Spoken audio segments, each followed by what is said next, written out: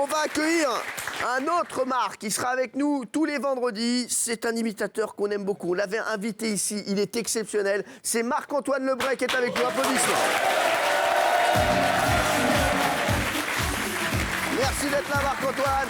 Est-ce qu'on peut vous décaler? Est-ce qu'on peut vous décaler, les chéris? Merci Gilles Merguez.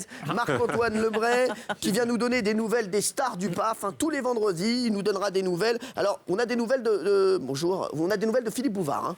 Ah, bonjour mon cher Cyril. Alors tout de suite, une question de Madame François Hollande a beaucoup d'ex en Provence. Tristesse.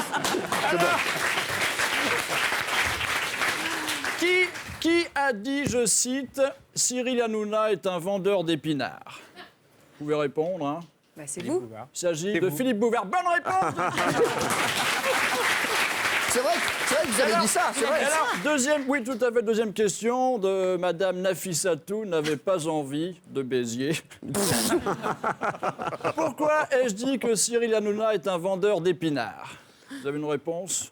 Non. Tout simplement, vu l'âge de mes intervenants aux grosses têtes, je peux vous dire qu'on s'y connaît en légumes. Merci. Bravo, à demain. Merci Philippe Bouvard. Alors on a aussi des nouvelles de celui qui a écrit un ouvrage, qui s'est un petit peu pris la tête avec Gilles Verdès, c'est Laurent Deutsch. Hein. Bonsoir. Écoutez, moi je suis très heureux d'être invité dans Touche pas mon poste. Hein. Quand j'ai su que j'étais invité, pour moi ça a été une bonne nouvelle. Bonne nouvelle, les 8 et 9. La station est ouverte en 1931.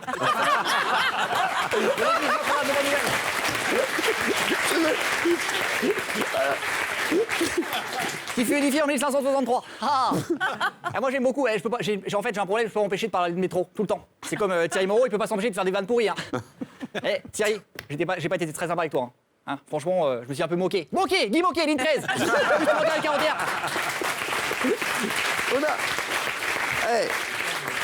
Pareil qu'il y en a un qui est pas content en ce moment pour son JT, c'est David Pujadas. Hein, Bonsoir, c'est David Pujadas, le Playmobil du 20h, avec un casque de cheveux sur la tête.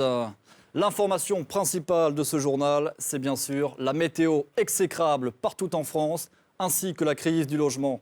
Un seul Français a réussi à résoudre ce problème. Il s'agit de Gérard Louvain, qui a emménagé dans un point soleil.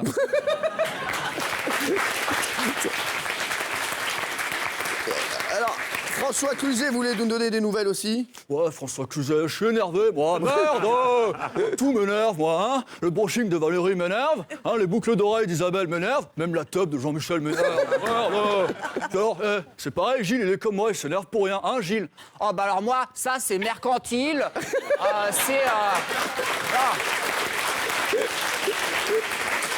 Alors ça, c'est vieille France, c'est pas digne d'M6. Hein. La Saint-Valentin, c'est l'amour. Ouais, il est comme moi, il s'énerve pour rien. Je sais même pas pourquoi on s'énerve. Merde.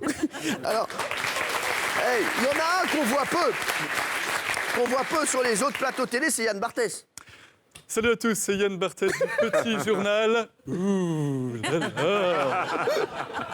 Au Petit Journal, on a enquêté sur un phénomène paranormal. Suspense, quelque chose qui vient d'une autre galaxie. Et oui, le rire de Cyril Hanouna. On écoute un extrait. Le gars, je vais vous dire.